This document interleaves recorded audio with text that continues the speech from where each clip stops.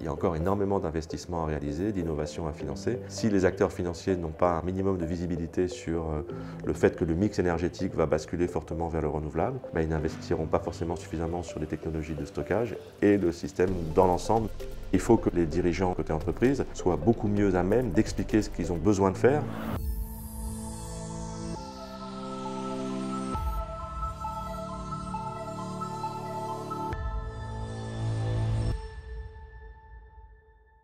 Je m'appelle Nicolas Motis, je suis professeur à l'École Polytechnique au département Management de l'innovation et entrepreneuriat et je travaille depuis très longtemps en fait sur deux grands domaines, le management de l'innovation et les questions de gouvernance et de pilotage des performances dans lesquels j'intègre les sujets liés à la finance durable, la finance responsable. C'est une finance qui cherche à intégrer dans ses choix, dans les choix que font par exemple les gérants de portefeuille d'investissement, des paramètres autres que des paramètres strictement financiers, rentabilité, risque. Donc ces paramètres autres, c'est ce qu'on appelle aujourd'hui des paramètres ESG pour environnement, social, gouvernance. Donc une finance durable, c'est une finance qui cherche à optimiser à la fois la performance financière et la performance ESG, environnementale, sociale et de gouvernance. Par exemple, quand on anticipe correctement le risque environnemental associé à une activité industrielle, les controverses éventuelles que ça va générer dans les années futures, du fait de pollution, d'accidents, etc. En faisant ça, si on le fait intelligemment, on réduit en fait le risque d'un portefeuille d'investissement. Dans le modèle de finance classique, si on réduit le risque, on augmente l'espérance de gain et donc on fait converger la vision finance classique et la vision finance durable. Et puis il y a une autre approche qui est de plus en plus sensible pour certains types d'investisseurs, c'est l'idée que si on fait de la finance durable, on peut aussi être positionné sur des classes d'actifs, des types d'investissements qui vont représenter des facteurs de croissance assez importants pour l'avenir. L'exemple classique pour ça, c'est tout ce qui est lié aux énergies renouvelables, par exemple. On sait que c'est un secteur économique qui va devoir se développer considérablement et donc si on est un acteur financier qui parie sur le renouvelable, avec tous les aléas que ça peut comporter. On est aussi positionné sur des secteurs à très forte croissance, et donc là on est plus sur le côté revenu, rentabilité, parce que le secteur se développe considérablement. Il y a beaucoup de limites à cette finance durable qui expliquent notamment les critiques que l'on entend aujourd'hui. La première limite, c'est l'application pas forcément très robuste des filtres quand on constitue un portefeuille d'investissement. Ce sont des critères qui permettent notamment de sélectionner les investissements dans lesquels on s'engage. Et si on n'applique pas ces filtres de façon très exigeante, on fait rentrer dans le portefeuille des investissements, des activités industrielles par exemple, qui peuvent être assez polluantes alors qu'on prétend avoir un portefeuille d'investissement vert. Donc la grosse limite aujourd'hui, elle est dans la pratique de certains acteurs qui se sont saisis du concept de finance durable pour faire du business. En appliquant le concept de façon un petit peu molle, en fait, ils contribuent largement à le décrédibiliser. Il y a encore énormément d'investissements à réaliser, d'innovations à financer. Si les acteurs financiers n'ont pas un minimum de visibilité sur le fait que le mix énergétique va basculer fortement vers le renouvelable, ils n'investiront pas forcément suffisamment sur les technologies de stockage et le système dans l'ensemble ne bougera pas assez vite. Donc je prends l'énergie, mais je pourrais prendre le recyclage, les questions d'économie circulaire, les questions de mobilité. C'est extrêmement important que les investisseurs soutiennent les entreprises qui cherchent à innover dans des modèles d'affaires, dans des business models qui essayent de décarboner davantage l'activité, de réduire les impacts négatifs, de préserver la biodiversité. Donc tout ne pourra pas être financé soit par l'État, la puissance publique, soit par les entreprises elles-mêmes. Il faudra qu'une partie des fonds soit apportée par les marchés financiers. Et donc pour ça, il faut que les investisseurs soient engagés auprès des entreprises.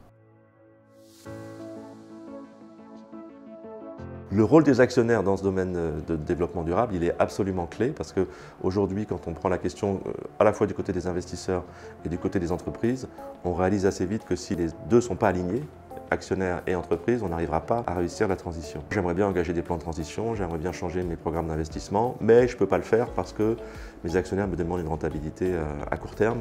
Et donc si j'engage ces plans de transition, je vais avoir des effets négatifs sur ma rentabilité et donc je ne le fais pas. Il faut qu'on arrive à régler ce problème-là. Il faut que les actionnaires s'engagent sur des objectifs précis et acceptent de tenir l'objectif dans la durée.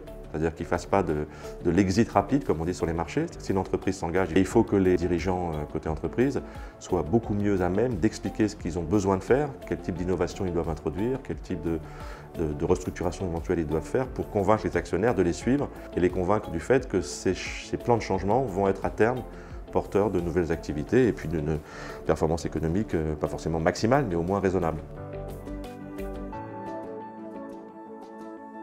on est dans la phase où de nombreux acteurs côté entreprise et même côté marché financier ont compris qu'il fallait faire des choses, cherchent un petit peu les clés du camion pour y arriver. Ils mettent parfois un petit peu de temps à les trouver, mais ce qu'on peut espérer, c'est que ça finisse par réellement changer. Maintenant, si la question est est-ce que c'est suffisant pour tenir par exemple les engagements d'accords de Paris, ma réponse malheureuse est non. Ce n'est pas suffisant, il faut vraiment faire beaucoup plus. Mais on ne fera beaucoup plus encore une fois que si on arrive à faire collaborer sur des enjeux ESG les actionnaires et les dirigeants. Et c'est vraiment, d'un point de vue recherche et formation, c'est vraiment là, je pense qu'on peut faire sauter des verrous clés aujourd'hui.